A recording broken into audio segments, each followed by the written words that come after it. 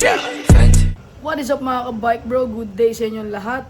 Nandito sa likod natin yung pinakabagong Toxic Chester 3.0. So ibabike check natin to for today's video. Samahan nyo ako at tignan natin yung specs na itong road bike na to mga ka-bike bro. Napakaganda na ito mga ka-bike bro. So tara, let's go!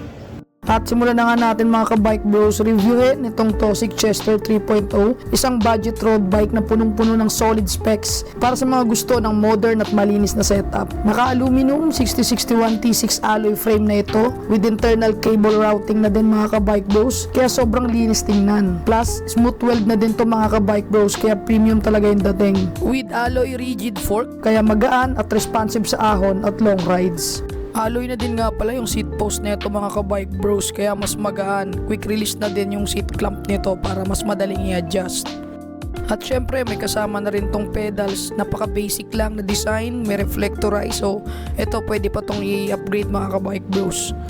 At pagdating naman sa saddle, meron tong modern design saddle, meron na rin siyang pressure relief hole sa gitna at napaka-komportable nito mga ka-bike bros dahil napakalambot ng padding nito.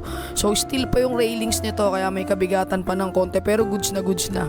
Pagdating naman sa drivetrain mga ka-bike bros, gamit nito ang L2 R3 2x8 speed group set mula shifter hanggang front at rear derailleur. Smooth ang shifting syempre at swak sa mga beginners. Meron din itong 3450T crankset kaya balance sa climbing at mabilisang patag. At syempre paired na din yan ng ating 1132 cassette, kaya hindi ka talaga may iwan sa ahon mga ka-bike bros pag ito yung bike na dala mo.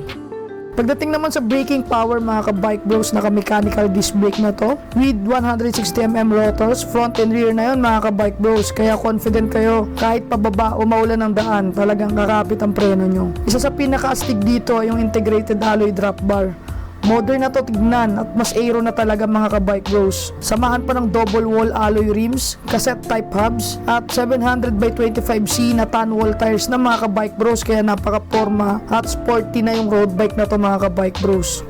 At syempre available ito sa iba't ibang sizes, 44, 46, 48 at 50, pero yung available dito ngayon sa atin ay itong 44 cm. Overall, perfect para sa mga naghahanap ng budget friendly. Internal na, napakalinis na ng setup, modern na din yung geometry, malinis at premium tignan. Ready na to for training, long ride at kahit casual city rides lang.